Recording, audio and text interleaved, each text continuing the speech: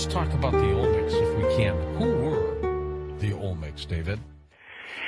You know, the Olmecs are a very recent civilization to us. Prior to really 1940, the Olmecs were completely unknown. Up to that time, the archaeologists believed that the oldest civilization that was in Central America was the Mayans. And the Mayans went back to, at that time, they were saying, well, the Mayans went back to, say, 500 BC, 800 BC, something like that. Well, what happened was, in the 1930s, art experts in the United States began realizing that there was this style of art coming out of Mexico that was totally unique, and it wasn't Mayan, and it wasn't Aztec or Zapotec or Mixtec. It was this very unusual and distinctive kind of art, statues, jade artifacts, things like that. And this is how they found the Olmecs. And the look of the Olmecs is very curious. The most famous things of the Olmecs are what we call the colossal heads, these gigantic basalt heads. They weigh 20 tons, and they look like Nigerian rugby players or something. They're wearing helmets. They look very, very African. They have the typical Negroid wide nose and thick lips. When you see these guys, they don't look like Mayans. They look extremely African, although some Olmecs also look very Oriental. They look very Chinese. Even other Olmecs have beards and mustaches. They look more like Mediterraneans, Phoenicians, and things like that. So in 1940, what happened was the archaeologists in Mexico had a special conference, and they called archaeologists from all over the world. And at that time, they gave them all this evidence for the Olmecs. They said, yeah, there's this other culture that's older than the Mayans. It's older than every culture that we can find in Central America. And in fact, this ancient culture that now we're going to call it the Olmecs, the rubber people, they're the ones who, in fact, created the calendar. They created the number system. They created the ball game. Many of the early Mayan cities, like those, like Oaxacan, deep in the Petén jungles of Guatemala, they're saying now that, yeah, that was originally an Olmec city, but eventually became a Mayan city. The Olmecs themselves go back, they're saying, to about 1,500 BC. The Olmecs are characterized by, again, this really unusual facial features. They often have this frown. They look like they're Africans. And they have the cone heads. In my book, Mystery of the Olmecs, there's a lot of pictures of these guys, and they're really strange looking. Are they from this planet? Well, boy, when you see some of these guys, and they're heavy, elongated heads, I mean, for whatever reason, they have either bound the heads as babies, or else they naturally look like this, but their cranial capacity is like double that of a normal human. Yeah. And people look like this all over the world. Akhenaten and Nefertiti, Egyptians did this as well. Tutankhamun himself was also what we'd call a cone head binding. Then the dolicephalus is the technical term for that, where you have an elongated cranium. I have a whole chapter in Mystery of the Olmecs about this, and the more you look into this whole thing of head binding, of shaping these long conehead craniums, the weirder that gets.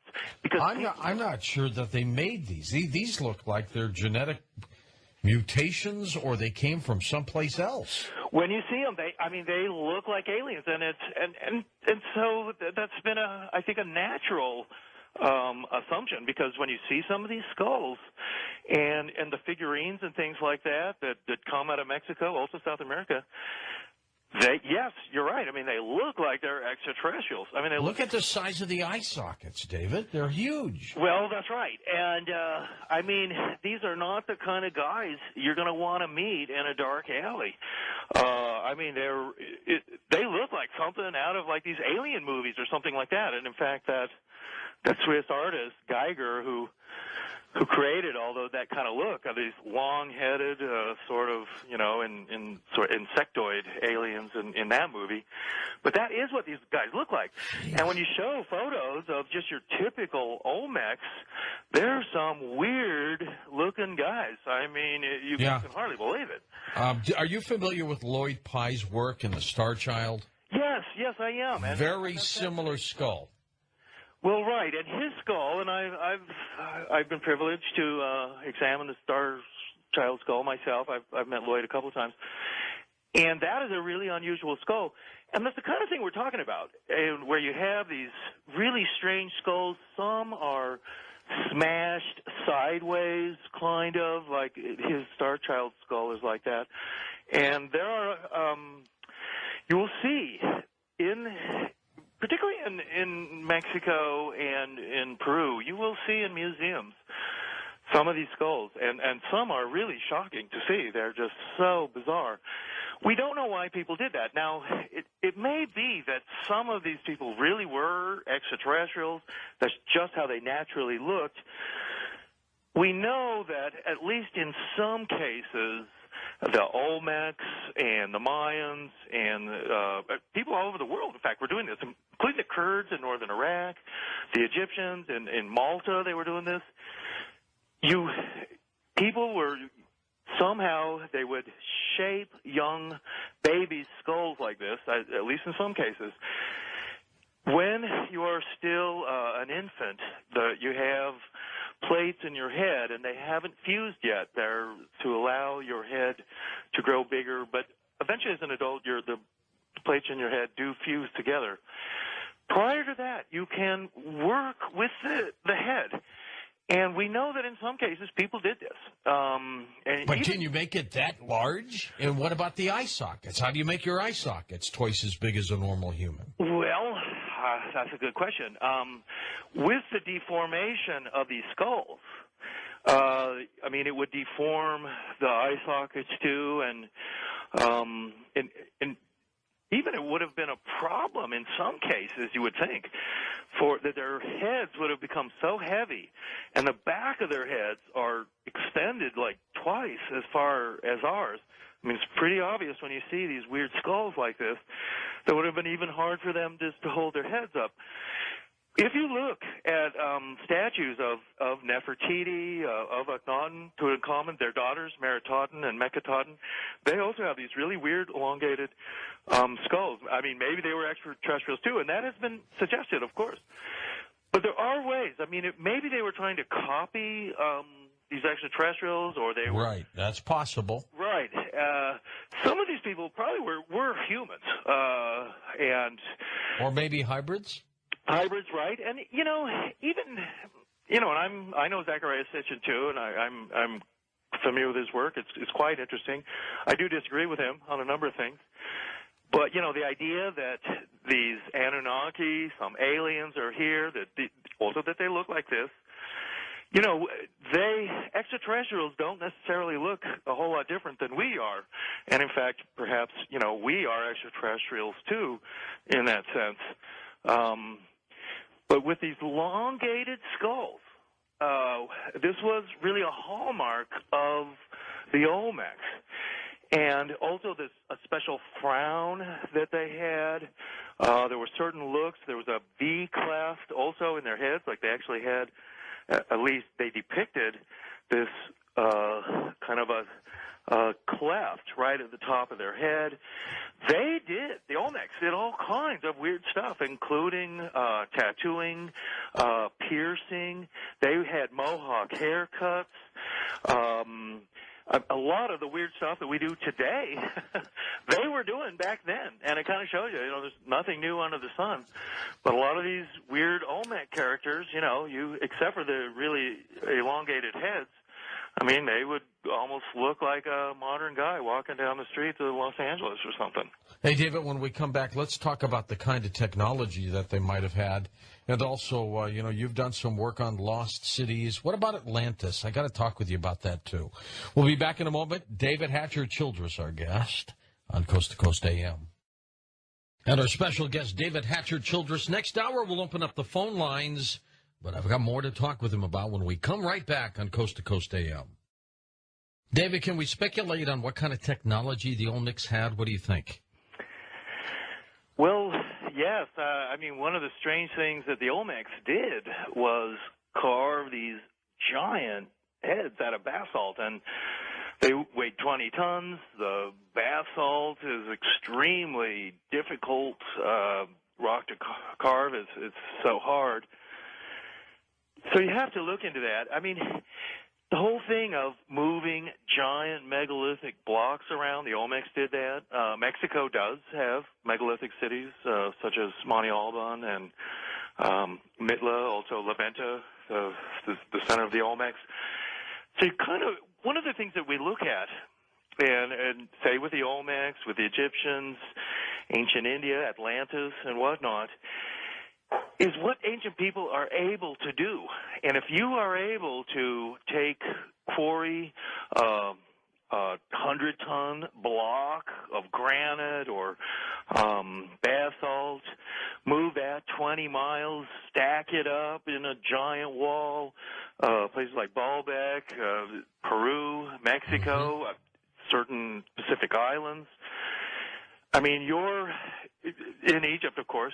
What you're doing is something that even modern construction companies wouldn't do today. It's kind of the way we look at the past. And this was in my book, Technology of the Gods. This was the subject I tackled was, okay, we perceive ancient civilizations as being primitive.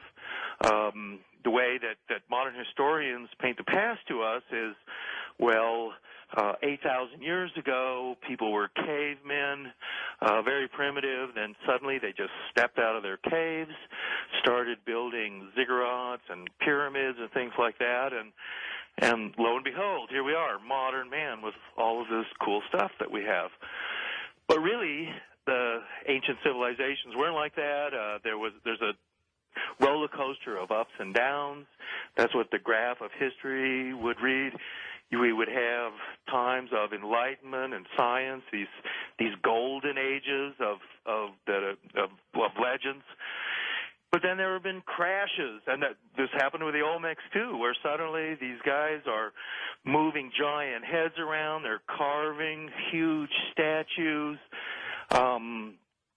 then moving giant blocks around. You see this, say, in Peru, and then suddenly it all just stopped. Some cataclysm just halted all the workers. They left huge blocks the size of a semi-truck just lying on roads and things like that.